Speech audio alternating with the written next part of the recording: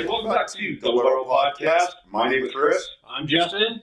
And today, it's not a matter of handgun, more or less a matter of hand cannon. It is one that we would consider a hand cannon. Yes, absolutely. First and foremost, though, safety. What you got for us? The usual. Keep your finger off the trigger until you are ready to fire.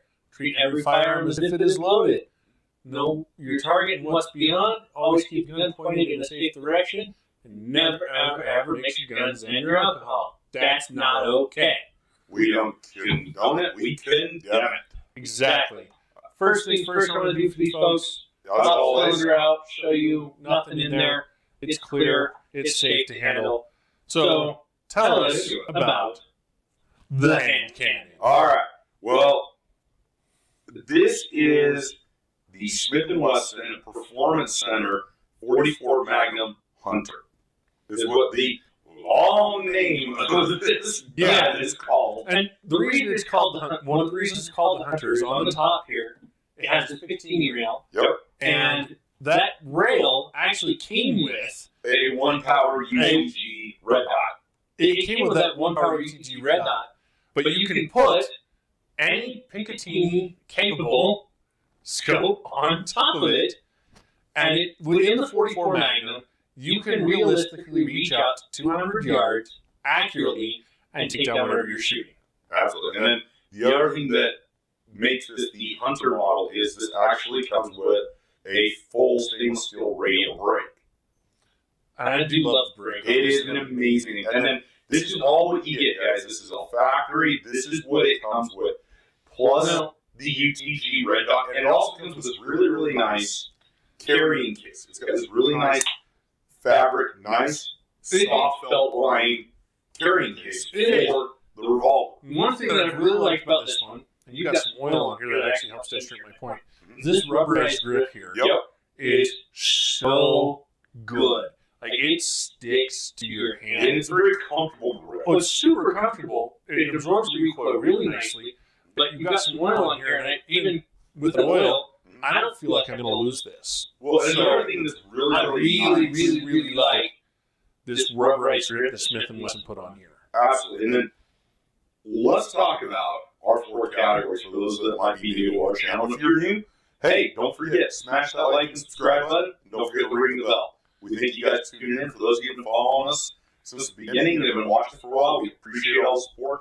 Remember, drop us a line, drop us a comment, let us know your thoughts. Let us know what you'd like to review. And if there's any challenges out there you'd like to do, we love friendly competition. We love friendly competition. We love challenges. We love doing those with each other. Also, check us out on TikTok. Yep, we've got a lot of TikTok going on out there. Now, let's talk about our four categories. We have reliability, shootability. Whoa. Brain went dead there. It's all right. Versatility and cost. Yep. I don't know why my brain went dead there, folks. Okay. But let's start with reliability. Okay. Let's be honest here, folks. You have a double single action revolver. I mean, when it comes to reliability, unless you're a Taurus, it's really, really hard to screw up on reliability on these guys. It is, but it is possible, especially with, for those that don't know, on the cylinder, you have the teeth that actually rotate the cylinder. And I've seen a couple of handguns, revolvers, where those teeth wear out really, really quickly, and then you can't cycle the cylinder without actually hand cycling it. Well, now, here's one of the reasons why the reliability on this, to me, is pinnacle. Smith & Wesson not only designed a beautiful looking revolver, the time engineering that went into this revolver, and I say engineering, a lot of it was just a revolver. No, there was engineering that went into this revolver. Revolvers are 120 years, 150 years old probably now. I think we're even older than that at this point. I think the original revolvers came out at the end of the Civil War in the 1860s. Well, it was during the Civil War, but I'm trying to remember it was 1840s or 1820s that we started seeing our first percussion caps. Our 6 cylinders. Yeah. I don't remember, But we're If we're dropped drop to 200. let us know. We're at least 150. Yeah, we're getting there. Probably close to 200 years now that we've had revolvers. But there's still engineering that goes into them to make them reliable.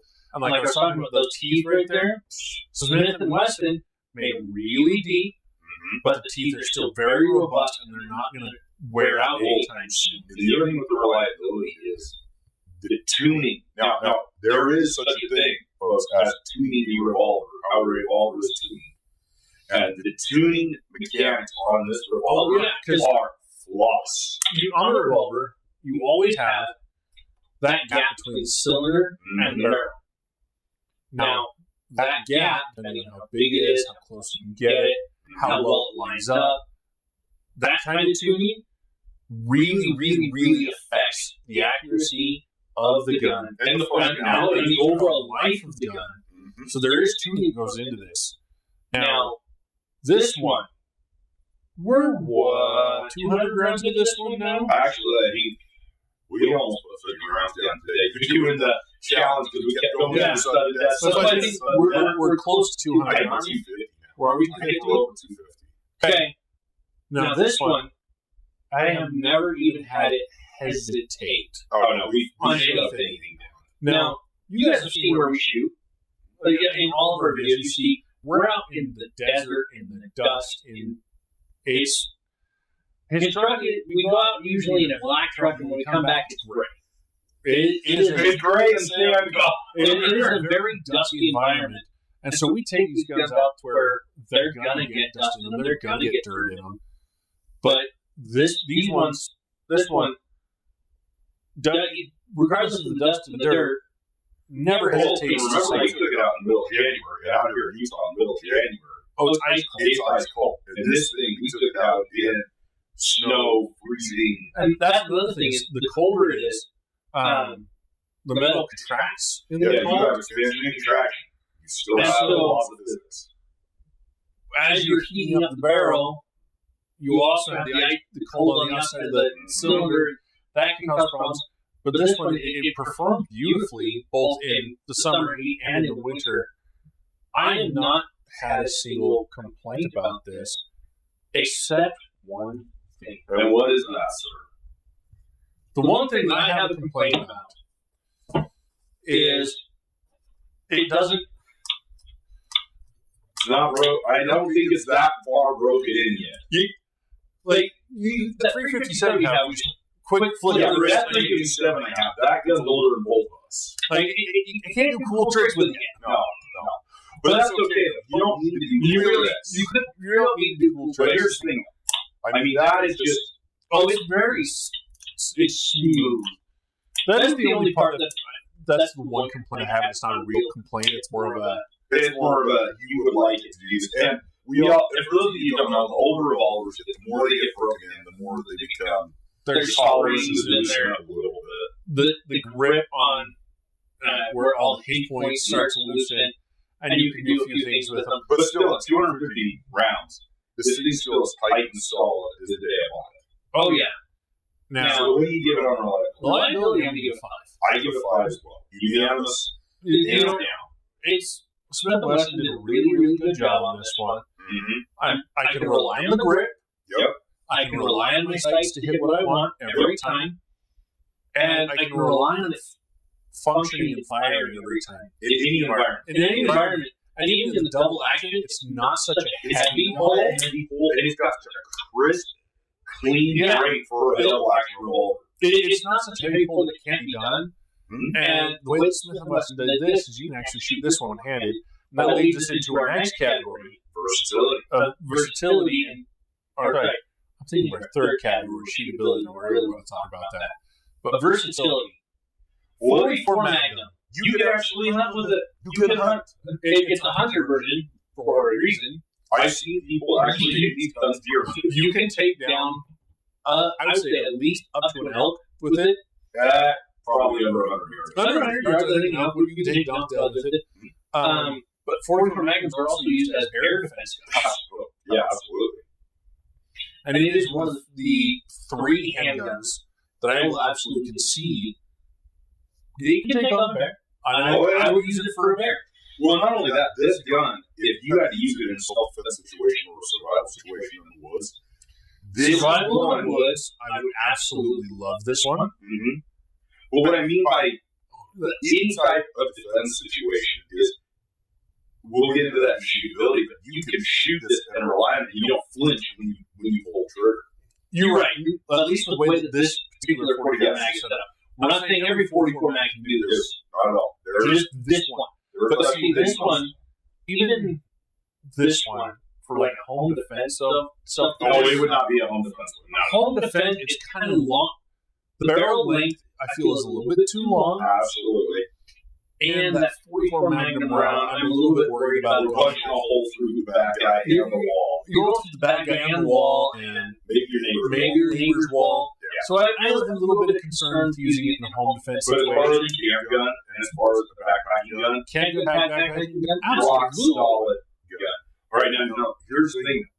It can be used as a hunting gun. We've talked about this. It can be used hunting. I've seen it used as self-defense. And it can be mounted with an optic. Yes. Now, this one, it's going to get knocked to a 4.5. Okay, well, why? The only reason why is because you can't use it in like home self-defense scenario. At least I wouldn't. Right. And so for me, that's why it loses that half point. And it's just because that's the one thing that most of my handguns, their main focus is my self-defense. Well, And so I gotta not get that full half point because I don't think I can use it like that. But I can use it for everything. Also, I want to use it for. and I agree with you at 4.5, and here's why I agree with you at 4.5, is the whole reason I bought this gun is it was a bucket list gun. Oh, it is absolutely. It was a bucket list gun. It was the dirty, hairy bucket list gun. And I truly believe that if Clint Eastwood made another Dirty Harry, this is the upgraded version of the 44 mag that you would see Dirty Harry rocking. I think this is the version of the 44 mag he should be rocking because the one he has that chrome silver one. Yeah, It's the nice. original 628, which is a beautiful. It's a beautiful gun. Classic. But this one, with all the black, with all the updated, and especially with that break, it's a little bit more intimidating to look down the barrel of. Now here, you got to ask yourself, with it, you feel lucky, punk. With this gun, I absolutely am. Let's get into shootability on this one. All right, Shootability. this is obviously, we're talking a hand cannon, We're talking hand but I don't think it's going to get knocked as much as we think it is. Or you think. You might think it would. Now, I want to do something here. okay. Here's it.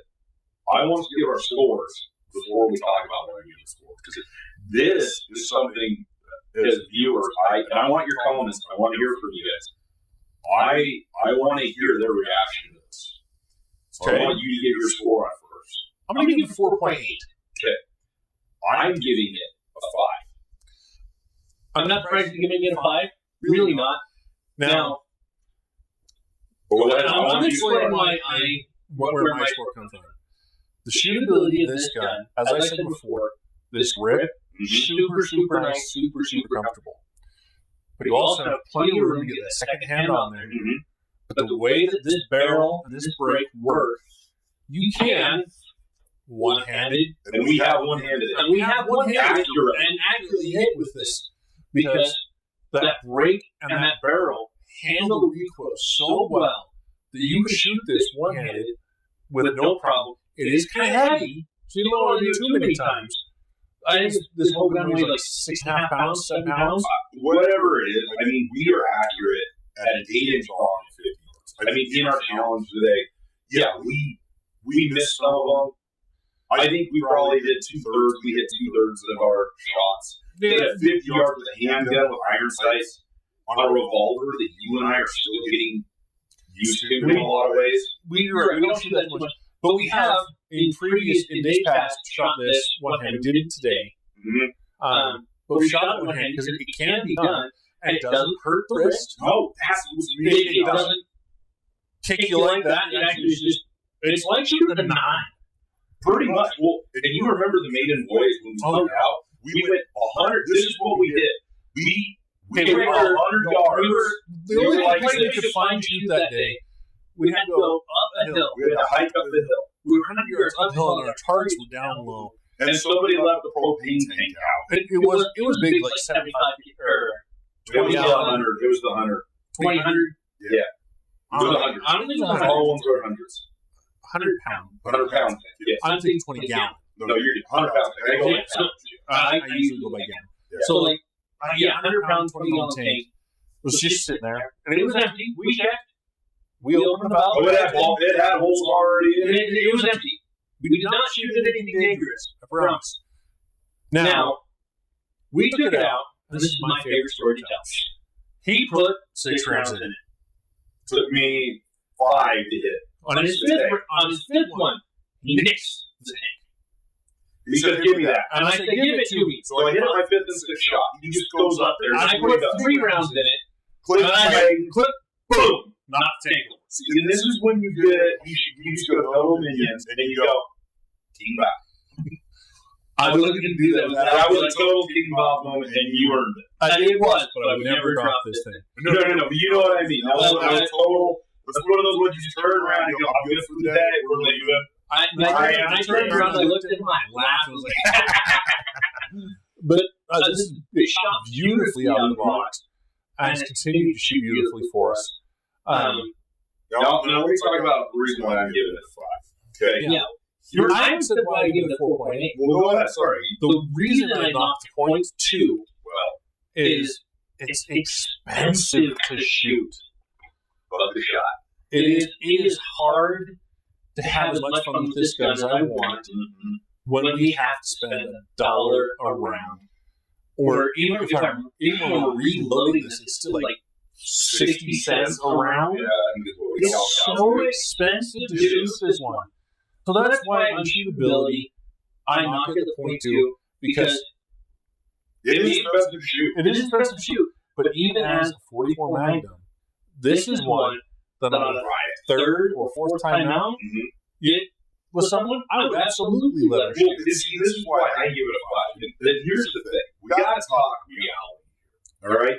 You're not taking your wife or your kid out for the first time shooting. You're not going with this. I mean, this is.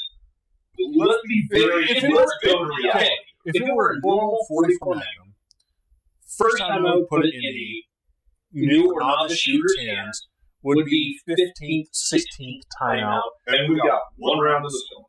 And it's going to be 1 round at a time. Yep. Because I don't want you hurting yourself. No. And it's like, look, you're going to say, hey. And even then, you still need to death grip this one. Even then, you're going to death grip it. You're going to. I want you to rest on something. And sometimes you're even doing this against the dude's back or back. Because the 44 Magnums, especially in short barrels without brakes, they can.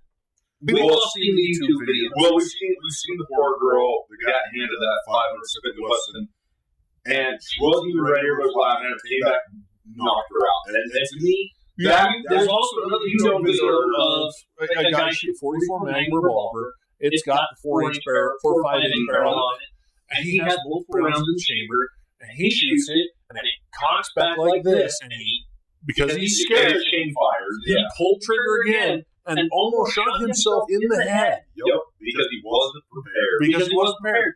But with this, because of the low recoil on it, and the way it's designed, I feel like I could actually confidently put this in someone's hands on their 3rd, 4th, 5th time out, or even the first time you're introducing them to a Western revolver or a big bore revolver cartridge. This is a good one to start with. Because it handles the recoil so well, and you're not. I'd still do 1 round at a time. Yeah, but you're not flinching every time you pull the trigger. They might flinch a little bit, but it's going to be from the noise, which on this one really isn't that bad. No, but they're not going to have the recoil going like this. You're not having to adjust for recoil, which in a lot of the revolvers like this, you kind of have to do you kind of have to work. You adjust your body to work with the recoil. Like, okay, your 357 Magnum has more recoil than this one. Well, yeah, because it's got the little 2-inch stubby on it right now. even if we were to put a 7-inch barrel, I didn't want to see what it said. I want to see what it would have more recoil than this. Just so you folks know, across the line, you guys will review this. I inherited my grandfather's. I would love to review this once we get it fixed. Well, it's his old Dan and Weston highway patrol issue revolver, and it needs a little bit of love. The barrels, it was the one that had the interchangeable barrels. Drop us a comment if you want to see us review it. We're working on getting him put back together. I'm not sure I care if you guys want us to review it. I'm going to review it anyway. We're trying to have an interaction. Just say, you want us to review it soon? Let us know. Yeah. If you want to speed up the process. We speed up the process. Eventually, it's going to get done. This is beautiful. Oh, gosh, it is such an enigma. I love it. But anyway, this let me get into my 5. Full on 5. Here's the thing. Equal cost animal, why full on 5? When you buy a 44 mil, you know what you're getting. You know the animal's going to cost more. You know you're stepping into a bigger caliber. The whole reason I bought this, and my dad has even asked me, why did you buy this? My brother-in-law has asked me, why did you buy this? I asked you, why did you buy this? And I showed you why, because you shot this thing and you went out in the field and said, oh.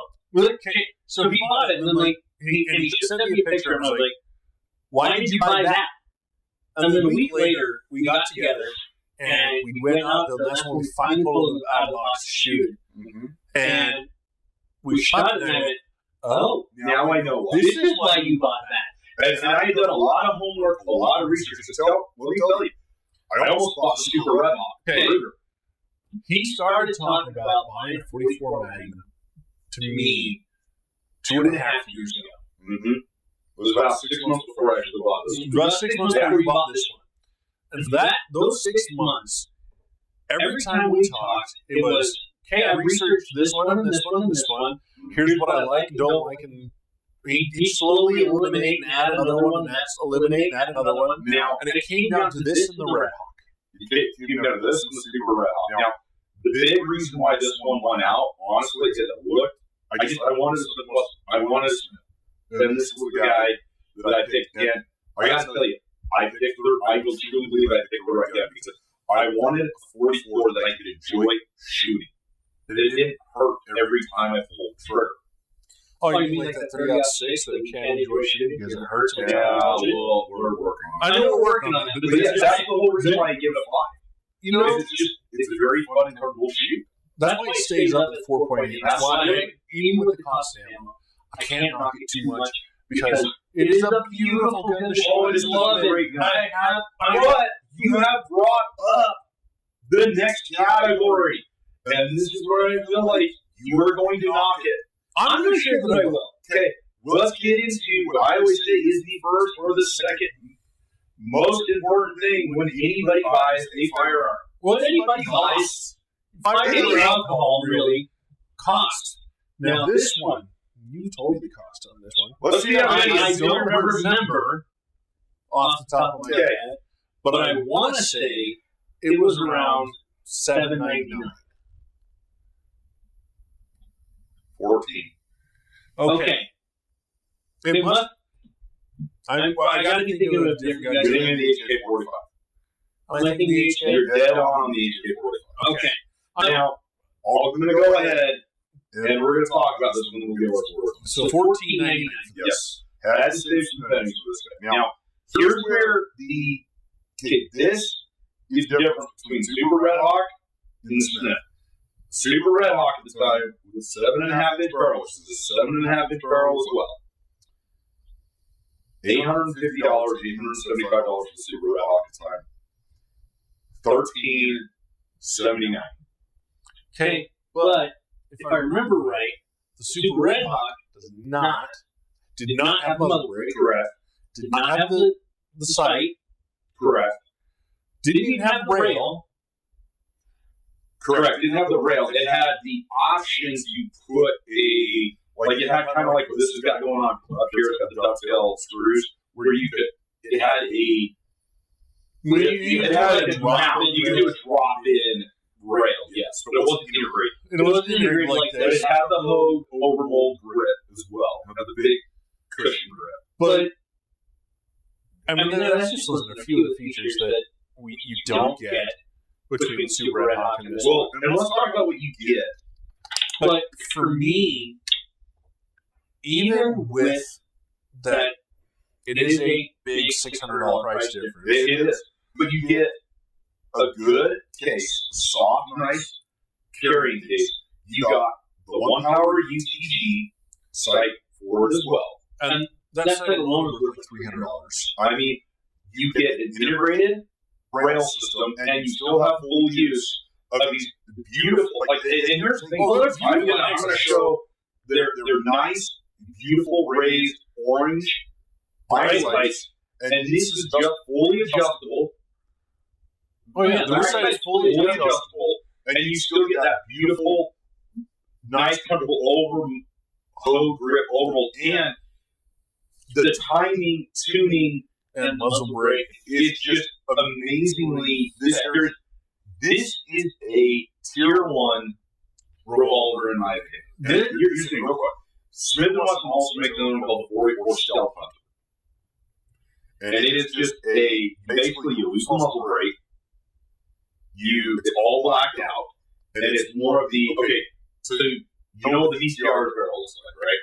Yeah, it's more of a triangular VCR style fatty barrel out front here. Okay, but I feel like that style barrel would work better on the revolver than it did on. I agree with you, but everybody has it screws on. Mm-hmm. It's not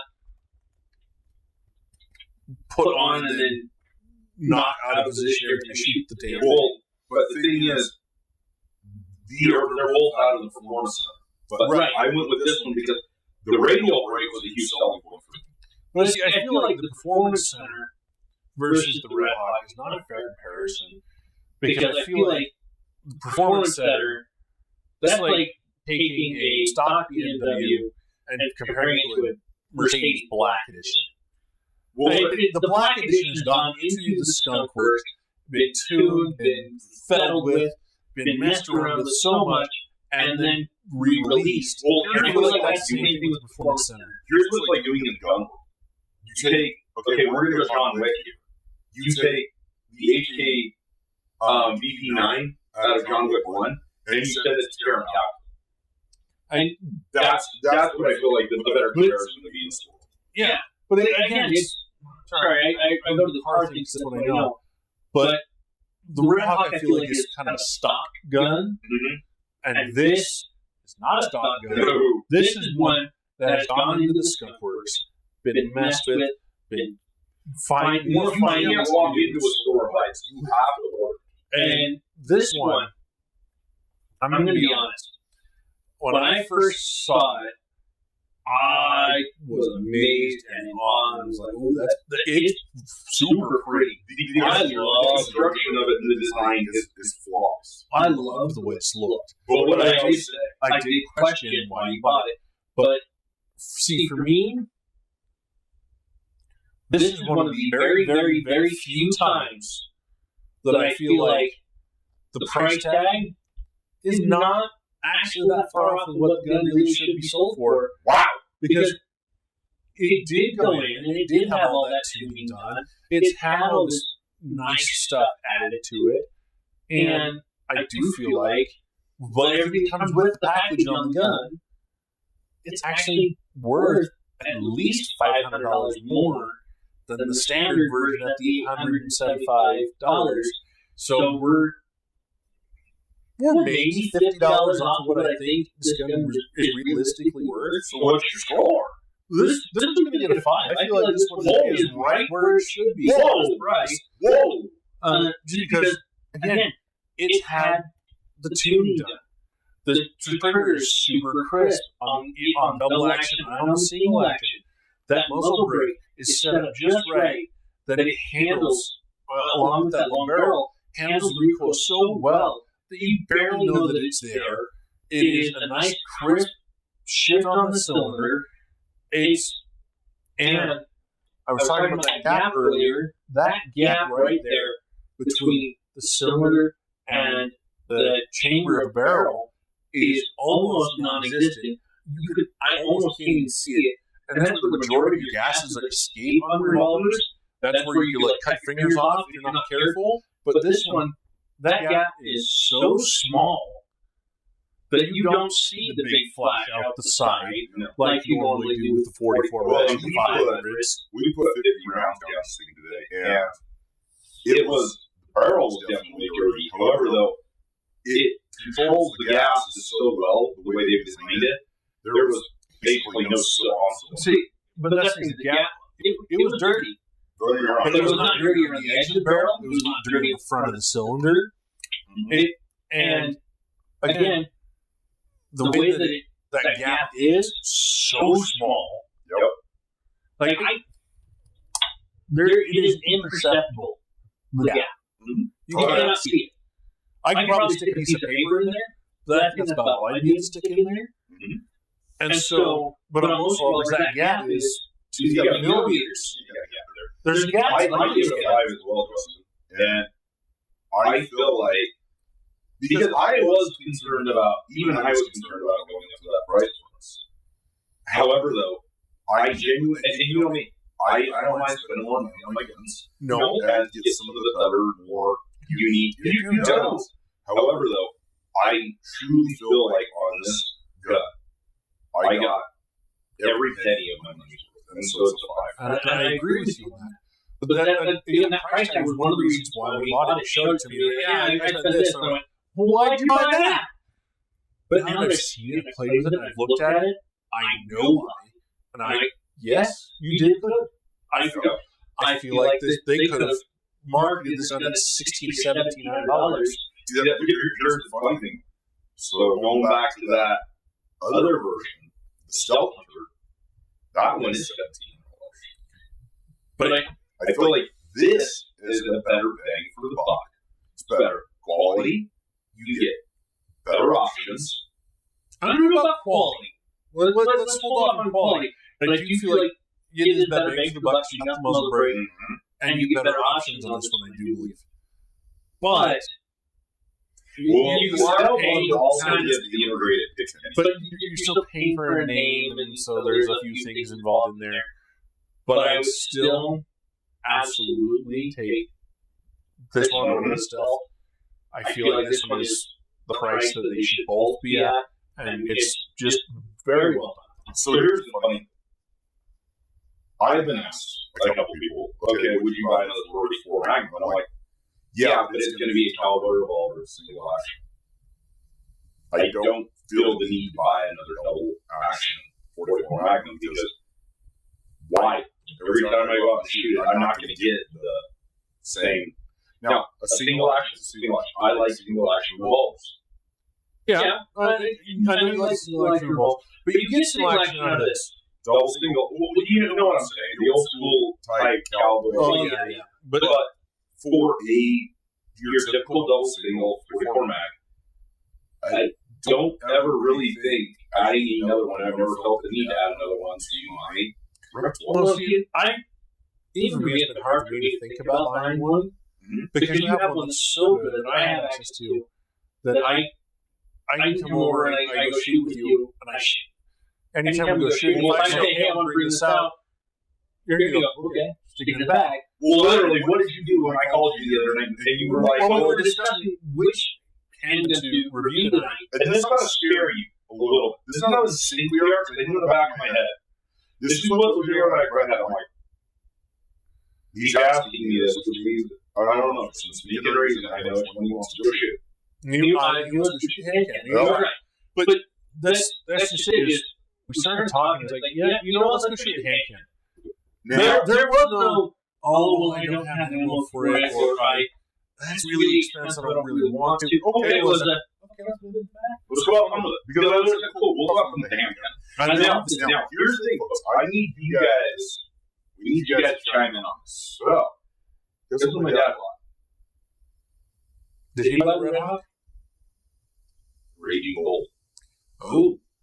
Which actually it's not the Raging Bull anymore, it's called the Raging Hunter. Well, it's the same thing. It's the same thing. He bought the Raging Hunter in the 80s. Taurus is an answer to this. Now, my question to you guys need to drop some comments, let us know what you want to see. My dad has rented me the permission to go review this at all. I feel like there needs to be a little bit of. I feel like there's going to need to be some head-to-head. I agree with you. I honestly am a little bit worried for the Raging Bull.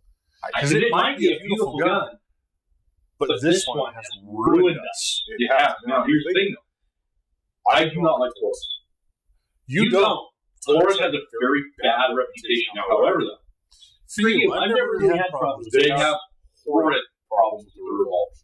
Their timing, their cylinders, they have massive issues with their tuning. You've had problems. I never really had problems. Now, here's the only line in Taurus that I will give them credit for. Their Raging series, which is their flagship, coup de grace, that is their claim to fame. They do something right in that Raging series. So that's why I'm curious, because here's the thing. The cost difference is almost half. I think my dad paid like $750K, but I don't think it's had near the tuning. That's why I feel like there needs to be. We need to hear from you guys. I feel like there needs to be some head-to-head now. But I feel like this one is going to be still in a completely different class. But you know what? That's why we do this. Let's find out how much of a different class it is. Because you know this. We have viewers out there that aren't able to go spend $1,400 on a revolver. Now they might be able to spend $750, $800. No, I'm not saying the Raging series isn't worth it. I'm not saying but I think that's the question we need to answer for our viewers. But I agree about it. I agree. But I think it feels, and I'm going to say, I feel like they're going to be in a vastly different class. And it could be. But here's the thing, I've been surprised. We've been surprised before. It could be close enough. Sure.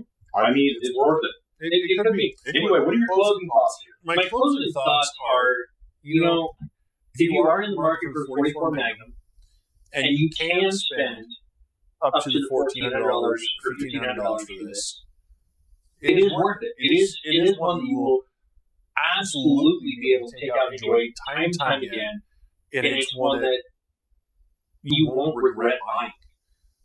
I know it's a lot, but it is one I think you will enjoy thoroughly, especially if you can go on to your local used market or to the gun broker, like we always say. It's not really available used. That's the funny thing. If you can find it, it's usually going for almost full retail. But I'm just saying, if you can find it used, and you find a good deal on it used, grab it. Don't hesitate. I think if you can get this, even on the used market, even on gun broker, or if you can get it for around $1,000, just do it. Run Quickly. Somebody else finds it.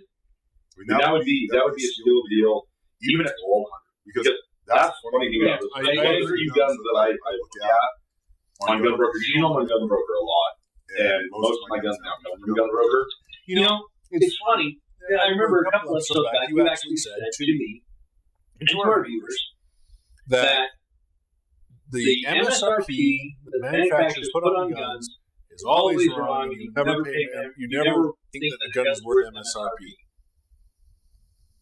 Again, though, it's what the market dictates. This is a specialty. I know, but I don't like it for a star. It is what the market dictates. But you always said you disagree with the MSRP. Until now. I do. But here's the other thing. There are some guns out there. It's like the Nemo Omen. It's like the Barrett Emerald. It's like the Scar.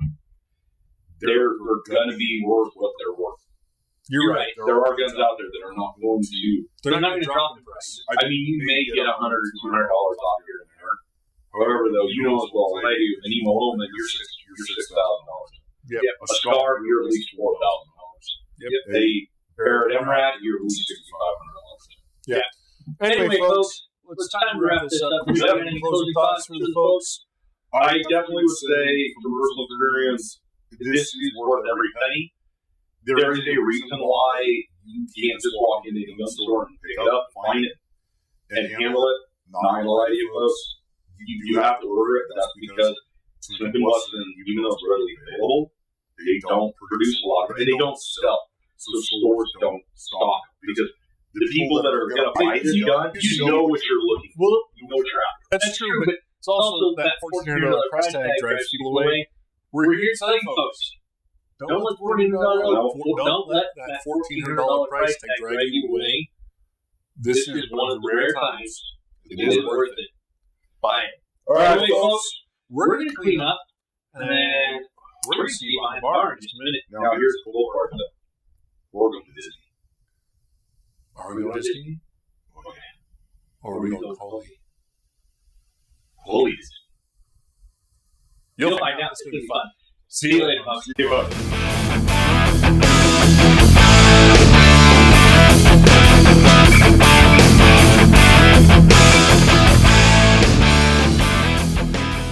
Hey everybody, welcome back to, you guessed it, 5 o'clock somewhere, and as always, my name is Chris. I'm Justin. And welcome back to Behind the Bar. Today, Behind the Bar, this is Double Barrel Podcast at the Tombstone Tavern. you're right. Okay, bud. We are behind the bar, and we do are. say behind the bar. I just have to give him a little bit of Guff. ribbing, That's guff fine. for it. So, since we finished the closet, you have not let me know what you're doing before we get here. No. So I never get to plan. I'm not sure if I should be mad about that or happy about that. Well, I don't get to plan either because I travel, so I gotta come back and be like, oh, Yeah, but what you, are we normally gonna do? I get here and you ask me and I'll tell you when we start this, but now you're just like, no, we're not telling anybody anything. We're just gonna go. We're going for it, man.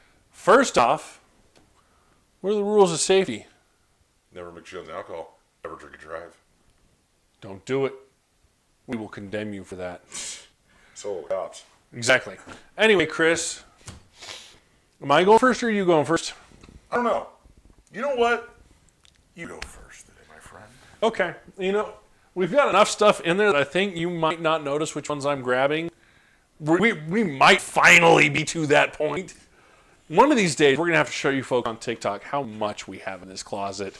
And that's probably like 2/3 of our collection. Just remember, folks, we're not alcoholics.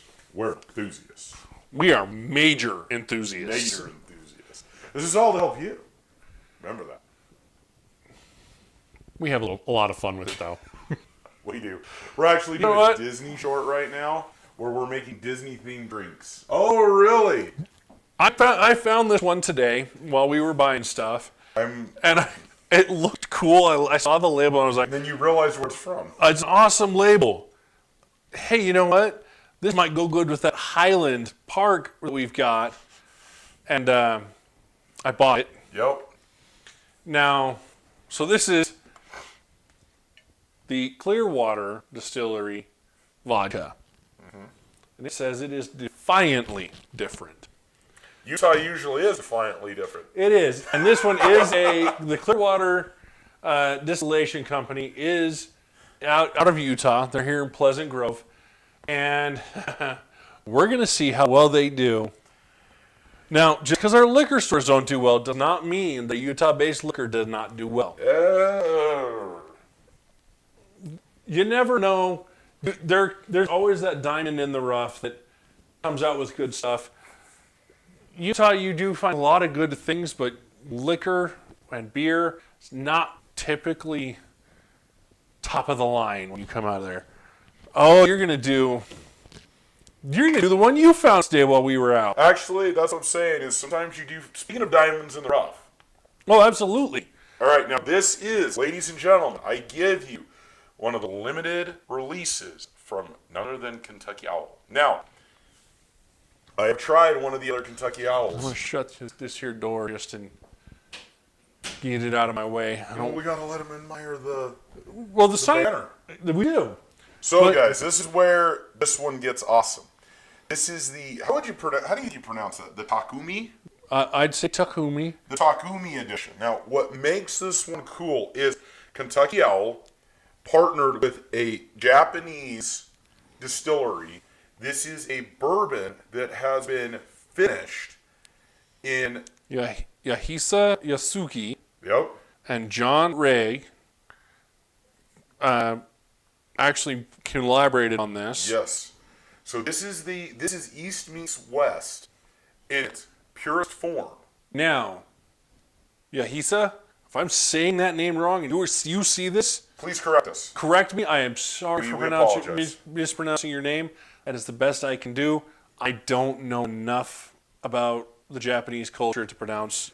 And I think I'm Words pronouncing it properly. right. I really love the Japanese culture and studying it. However, though, this is literally Kentucky Owl, American and Japanese clashing together, and this is what we get here. This is what happens when the two of them collaborate. So they have they have the master blender from Kentucky Owl and master blender from Japan Yep. came together on this. So we got two master blenders. And two totally different versions, styles, two worldly different whiskeys going into this. Oh yeah, bourbon. Japanese whiskey and Kentucky whiskey, I feel like are very, very Kentucky different. bourbon. This is Kentucky bourbon. I still feel Kentucky browns Yes. are very, very different than Japanese browns. Absolutely. So this that's is going to be cool. interesting. All right, who wants to start? I feel like I want to start with mine first.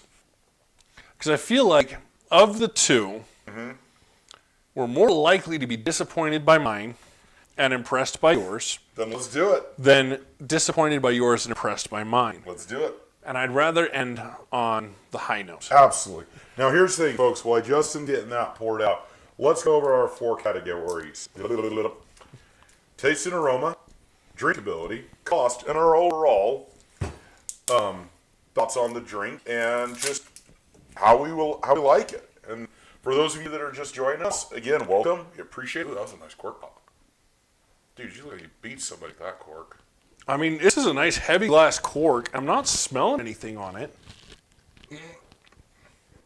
I'm not smelling much out of the bottle either. Cucumber kerosene. Cucumber kerosene. That's what it smells like to me. Okay, I'm just, for my money, there wasn't as much smell as some of the ones we've done.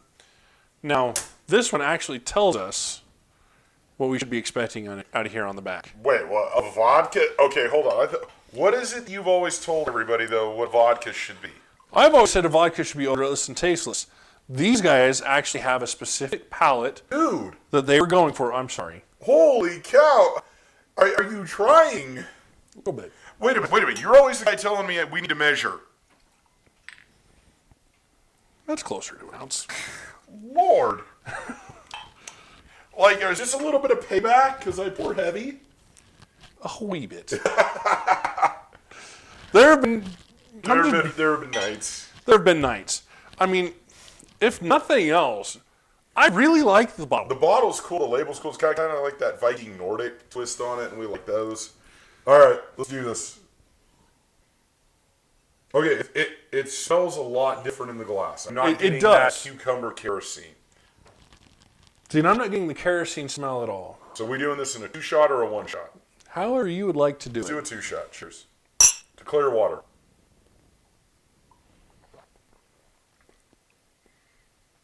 Okay. Okay. Interesting. A very... I mean, it's smooth. And I do get kind of what they're suggesting I should get. Kind of a little bit of rock candy in there. Okay, if you say so. That's what they're saying you should get hints of rock candy. You get hints of something. I mean, I feel like it's there, but Ugh. there's also a finish on there that I feel like you got and that you haven't really named yet. I named it. Oh, yeah. I named it. The nose transferred to the palate. That finish is cucumber kerosene. That is cucumber hairspray. I have a question. Yeah. If you knew you were supposed to be getting something like the cucumber and, say, white pepper, There's definitely a pepper hit. It's almost kind of like when... Okay. Beefeater is a gin that's very peppery on the tongue. This... It does have a spice note in the back. You know what? I do like to cook with white pepper. I can see a pepper note in the back. So what they say you're supposed to be getting on this one is a velvety, smooth, rich body with delicate undertones of rock candy through the middle. Okay. And then it's supposed to finish on a crisp, satisfying note with a hint of white pepper. See, I'm not getting any rock candy. There's no rock candy in anything whatsoever. I get a little bit, not nearly as much as they suggest, but for me, on the nose, it's like there's not a lot of overpowering scent to me. Mm-hmm. And this is, again, probably because I'm more accustomed to the vodkas. And then through the taste, there's more taste there than I would prefer there being. Right, I would agree with that. There's a lot more taste than I would say needs to be in this. Yeah, but it was a very interesting flavor profile on this, and I feel like it comes very, very close to what they say they were doing. I mean, like I said, I got predominantly cucumber and hairspray. What batch number is that?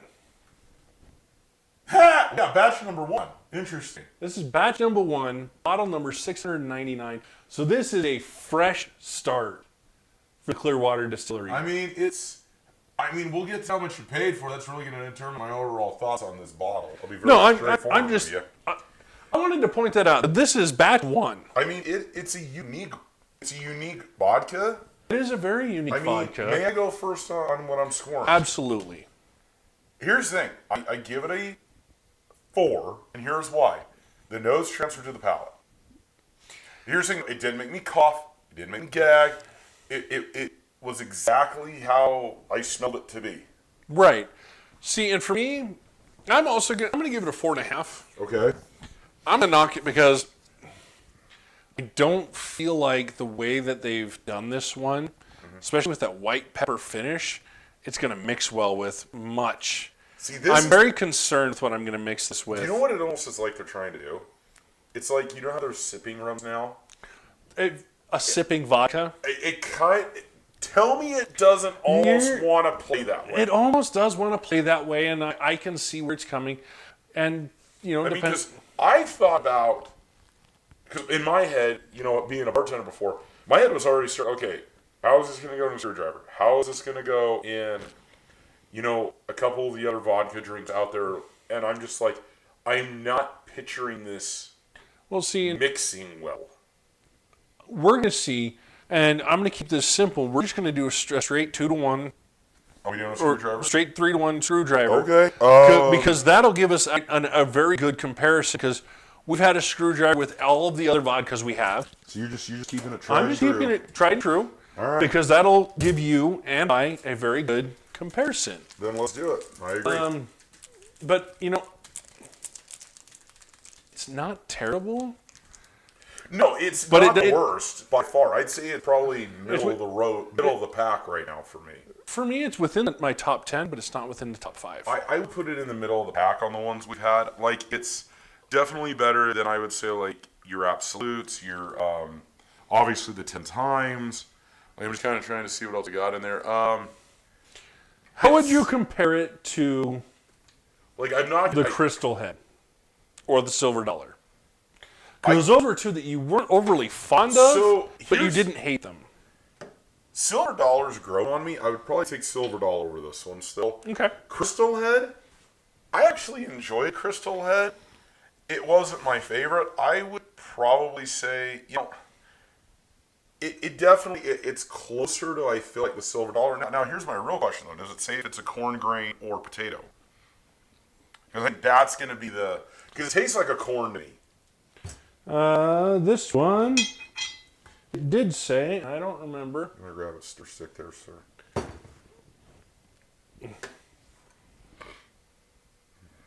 A Stizzle Swig. Stizzle. Swizzle. Fancy, when in doubt, pinky out. Grain. This one's a grain. Okay, because it is a grain. The way it tasted to me is it was going to be more along the lines of a corn. All right. That's right. Pepper comes through right at the end again. Okay. The kerosene's gone. But the pepper comes through. I'm not getting pepper. I'm getting the cucumber. I'm getting a watery cucumber mix. Like, all the burn from the vodka's gone. I don't get that. It's completely gone. I don't taste that cucumber. But that pepper still comes through at the end. don't and like it. I feel like it ruins that. It does not make a good screwdriver to me. No, it doesn't. And I'm really trying to think hard on what this drink's going to go good. And I almost feel like anything summer, any type of a tropical drink, I feel like this vodka's going to fail in it miserably. There was... I think it needs to be in a winter drink that's got like maybe some like cinnamon or butterscotch in it or something. Yeah, there's one of our Disney drinks that had some cinnamon in it. Oh, the Tigger. Was it the Tigger? But that one has whiskey in it. Oh, the one you're thinking of was the Mulan. Yeah. That one has like sake in it. You know what? We might need to play with that one a little bit more. I feel like there are going to be some very obscure drinks that this is going to mix really well with. Yeah, it's going to be really weird, off-the-wall drinks. I think this is going to be the mixer for. But I think it's going to be something that has to have like a mint or a cinnamon or... It's got to have spice note. It's got to have a spicy note, or a spice note in it. Or a citrus note. I don't feel like there's... But even the citrus note. It's orange juice, citrus, but and I don't think it went well. I don't... That's the thing. I think it's not playing well with fruit. No, I don't think it plays well with fruit. I agree with you. That's So, why it's got to have something else in it. For me... What's your drinkability score on This is going to be get 3. It's I'm not not- high up there. I'm going to go with 2.5, and here's why. It's because I'm racking my brain, going back through all the stuff I feel like this thing can play with, and there's not a lot coming to me. There's and not if a I lot was comes to to you. serve this to somebody, it would be difficult for me to do it.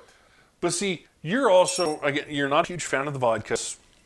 It's not that you hate them, it's just you prefer your bourbons. But even to a guy that loves vodkas, I would still... It gets a 3 at most because It's a tough one.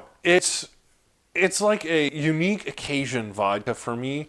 I feel like it's experimental vodka more than anything. No, that's what I mean by unique occasion. You got to be trying something with it and not going for like a good vodka drink. Because if I'm going to go for a good vodka drink, again, it's within my top 10 because I do think it beats out like Sky and Smirnoff and the 10X. Yeah. It not beats out hard a lot to beat of those. It's not hard to beat those. You're right. I'm but sorry, it beats a lot of gasoline other ones probably beats out that 10X. are in there. But it is within my top 10 because it is a unique flavor that I kind of like. What did you pay for it? Honestly, I paid. What do you think I paid for it? I mean, I'm hoping you didn't pay more than $20 for it. Okay, I have good news for you. Okay. I paid $17.99. Okay, you know what? For $17.99, some of the vodkas that we've tried under $20, it's probably the best sub $20 bottle that I think you and I have tried in a very long time. Second best for me. There is one other. Oh, Aurora. Aurora was 18, yeah. Aurora's 18, and I feel like Aurora is... But Aurora was a while ago, though, now, man. It was a while ago, but I still feel like Aurora is just a little... Aurora's different. There's definitely some good stuff going on there. It is different, However, but though, is... I feel like it's priced right. I mean, you can't argue with it. No, and it's not... Okay, from a vodka drinker standpoint, it is not a bad vodka. It is a unique vodka. If you're in the mood for, you want your vodka, but you want something a little bit different, I would definitely go with You know that. what this would be good at? This would be a party vodka. Like if you're going to a party, like a friend's house or even a colleague's house. Oh, yeah, a great You one just there. warn everybody and be like, look, this is going to taste a little bit, this is different. I got a vodka that's a little bit different, but it's still good. But you'd have fun with it. I mean, you know what? I'm going to give it a 5. I mean, on cost, it's, like I said, it's been since Aurora that we've had anything that good sub $20. I agree. For under $20, I'm happy to pay the under $20 for this particular bottle. It tastes great. It looks good, and it's not up there with some of the more expensive ones. Well, but it's also not down here with some of the ones that are. It fits a good spot. I feel like it fits right in that middle section of vodkas, and it's right where it should be. And that brought its overall score up for me quite a bit, actually. Yeah. So for me, overall score, it's going to get a 4. All right. What's that total for you now? So I gave it what a 4 on. You give it a 4.5 on taste and aroma. 3 on drinkability, and a 5 on cost, which puts me at 12.5. And then I said a 4 on overall, so 16.5. I'm going to give it a 3 on overall. Okay. I don't remember what that gives you. So I gave it a 4. So it was a 4, 2.5, which is 6.5, 5, which is 11.5, plus another 3. So that gets us to 14. So not a real high-scoring vodka from you. We have had other ones that have scored higher from you. But, also not... We've had some very worse. Oh, yeah. Here's the thing, though. It is what it is, and that's okay. It is what it is, but I don't feel like it was a fail. I don't feel like it was a fail, and honestly, I feel like if Clearwater were to do a different version of this, more like kind of like a special edition, kind of like what Beluga does sometimes. Yeah, and actually clean it up a little. I think it would be better. I think Clearwater is onto something here. I do too.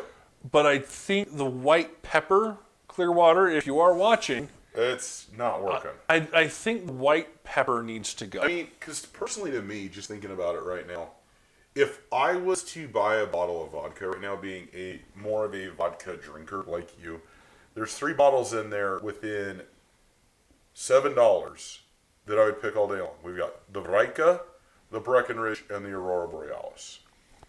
Yeah, and all 3 of those are higher up on my list than this one. Absolutely. Because to me, I would look at it that way, because this is not going to be a smash and grab vodka. No. If you want to have a good vodka and have a good time and have one that you can drink straight or mixed with anything, I'd go with one of those 3. Right. But if you're looking for something a little different and unique, then yeah, this is definitely a good one. I think it's good. And if it's available in your area, we do recommend you picking it up and trying it. I mean, it was good. It was good. It's definitely not, especially unique.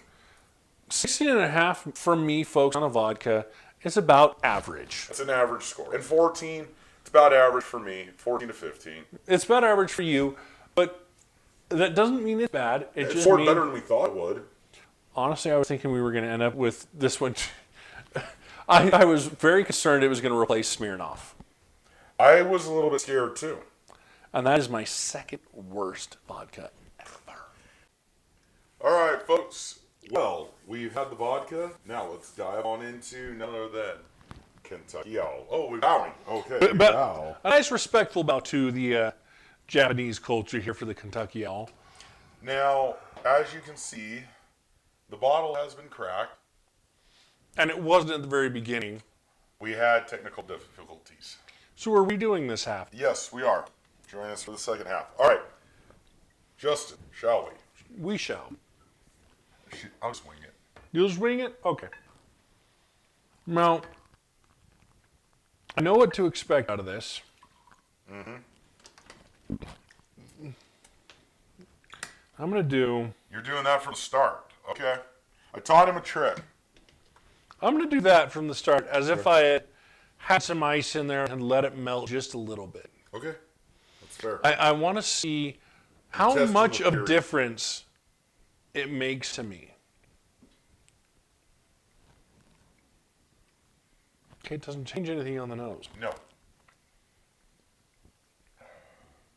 That is good, though. It does change the first hit. It does. It does. So what are you getting? I'm getting a lot of cinnamon on the first hit. Yeah, there is definitely cinnamon is a very dominant, but it's not that nasty fireball cinnamon. No, it's not a nasty fireball cinnamon. It's kind of a cinnamon sugar type cinnamon. But it's very smoky. There's a lot of smoke, a lot of oak, a lot of cinnamon. I'm getting some chocolate and some hair note in there too. I get chocolate coming through on the second hit. On the first hit, it was still just very, very much cinnamon and oak and smoke. And so that was very dominant through the first hit. But chocolate does come through on the second hit. And it blends really well with the rest of that. It is. It's really good. I mean, this is just a good...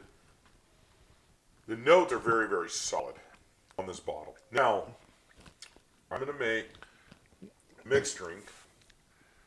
Okay. While you're making that, let's give it our scores on taste and aroma. Okay. Now on the aroma, you get a lot of the cinnamon coming through right up front through the aroma. I'll agree with that. I do get a lot of caramel with the cinnamon right up front. And on that first hit, It's more of a caramel cinnamon hit than anything else. There's a lot of that. Yep. And then smoke kind of I think the only comes near the end. so the smoke and oak are definitely on the back end, but the smoke blends in with the caramel really, really Well, there well. it is again. Yeah, you got that warm shot. Okay, so the first time we tried this, I didn't water it down at all. First 2 hits. On the first 2 hits. And on that second hit, as I drank it, what came through was as if you were very cold outside in the middle of winter. Mm-hmm. And then you went in and had a cup of really hot chocolate. And you know how that just kind of, you feel it go down and then kind of radiate back up through your body? Yep. Get that really heavily coming through right there on that second shot. And so it was absolutely delicious. And like I said, folks, we've already reviewed this. We apologize. We had technical issues with audio. That's why we're redoing this. So please We have to do forgive us. this once again because things got screwed up. Yep. All right, But Justin. Let's do For it. this, for that one, my taste and aroma score, I'm going to give it a 5 Oh, it's a 5 all the way.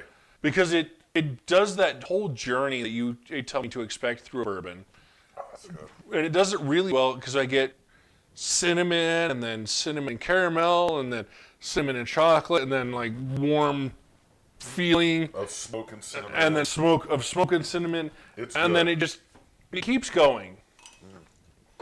And then that is a good next drink. I'm glad I went my bartender on that one. I made us a half shot this time.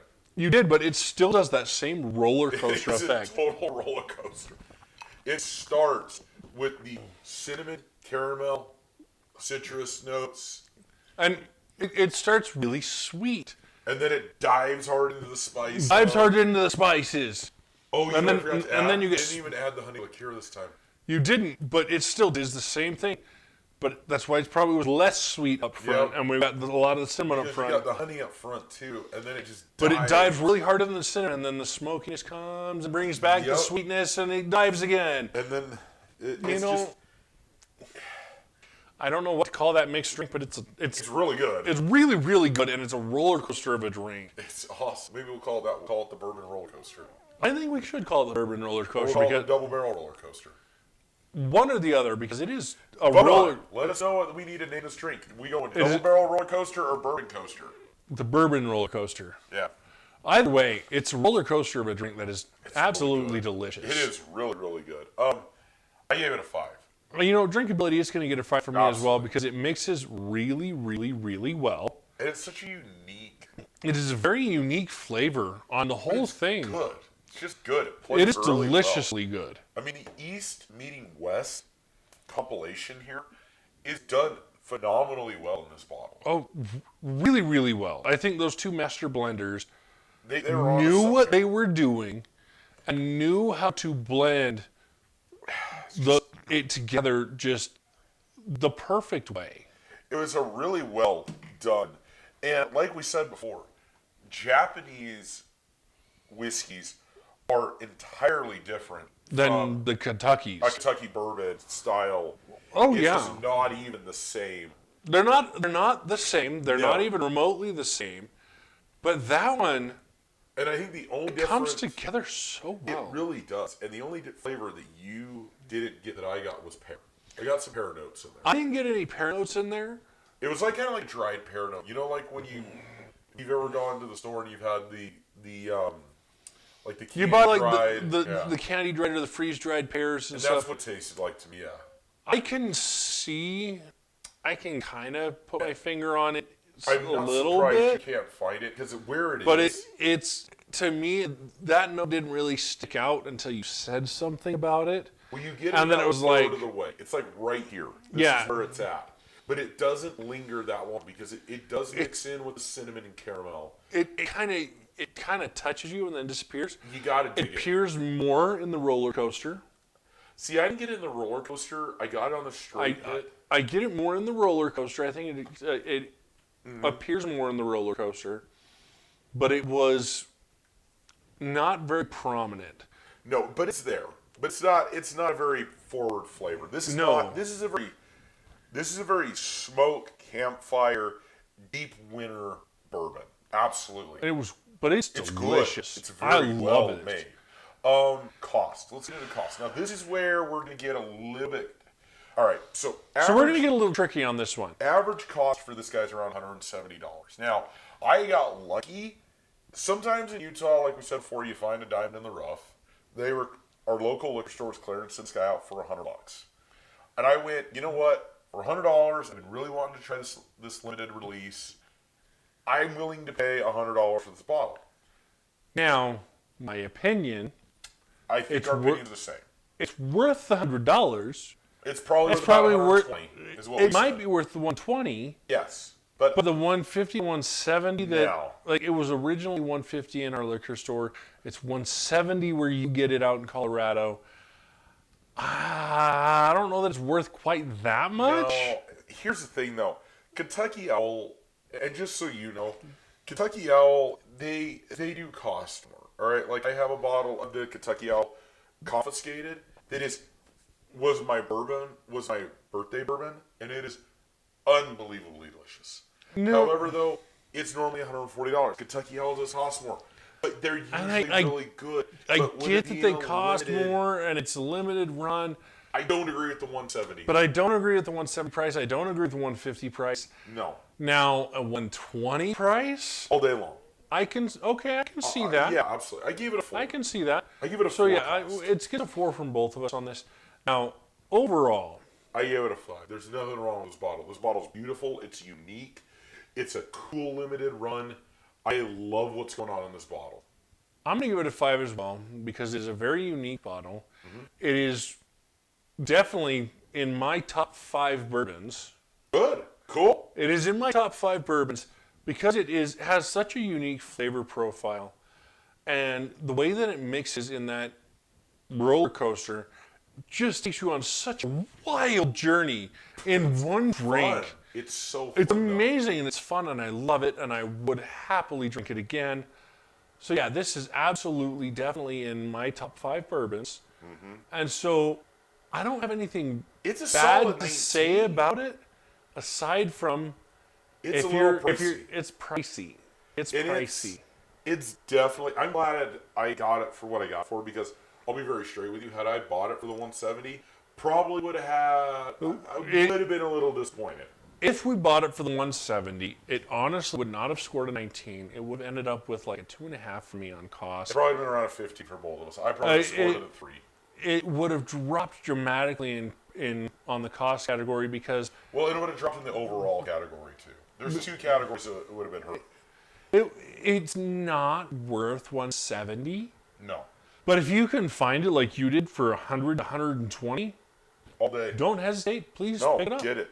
Pick it up. Absolutely. You'll enjoy it. It's great. And if you have the 170 to spare, Yeah, I all think means. it's worth it. Absolutely, because this I've never. Here's where this is good, and maybe it's worth the $170 to you. I've never had a bourbon like this that has had such unique.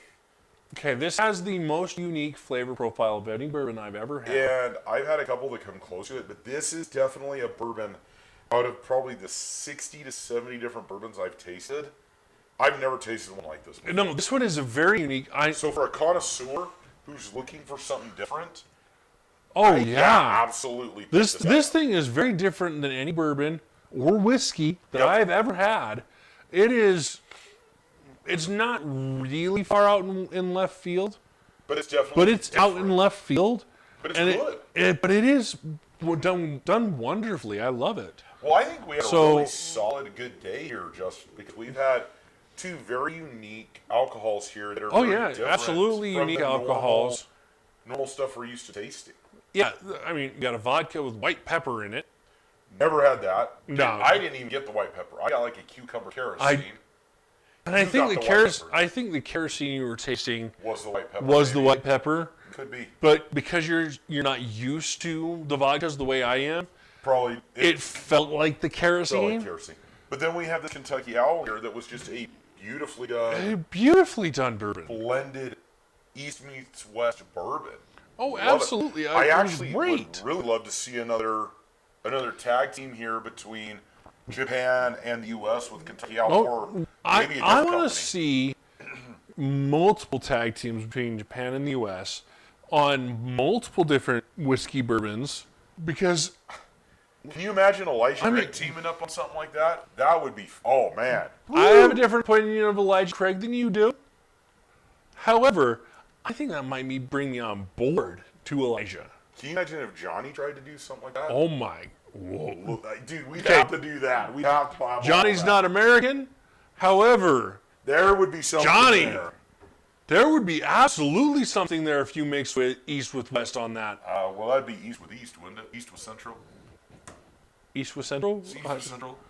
I don't know. What is it? mean- What is it? Technically, Europe is part of the West. I don't know anymore, don't folks. know. But Johnny, if you are listening, I agree. contact somebody in Japan. Maybe Jack. Daniels might work really well. Okay, I have a very, very, very bad relationship with Jack. In a He good and- way or a bad way? In a bad way. He and I don't get along. Jack don't like you, huh? Not like Johnny does? I'm not sure if it's Jack. If Jack don't like me or I don't like Jack. I can never remember. Oh, it's that type of a relationship. It's a very bad relationship. It's toxic. I feel abused. I'm not toxic. I'm not sure how to feel about my relationship with Jack. toxic. I feel abused. Yes. Do we need to file a police report, sir? No. But I can't have Jack alone Oh, God, Lord. because it's bad. I can tell. However, if Jack did something with Japan, That would be cool. That would actually be really, really neat. that might turn out really, really well for Jack and me. It could. Anyway, folks, we really appreciate you tuning in. We've had a lot of fun here today. Y'all stay safe out there. Always remember, never drink and drive. Use a Lyft, use an Uber, use a bus, use a taxi, call a friend, use a couch. Use the couch. And There never are mix so your many guts down the options. So many options. hall. We'll see you folks And back as here next always, time. hit that like and subscribe button. We hope to Smash see the you. bell. We hope to see you again next time. See ya. From all of us here at Double Barrel Podcast, have a wonderful night.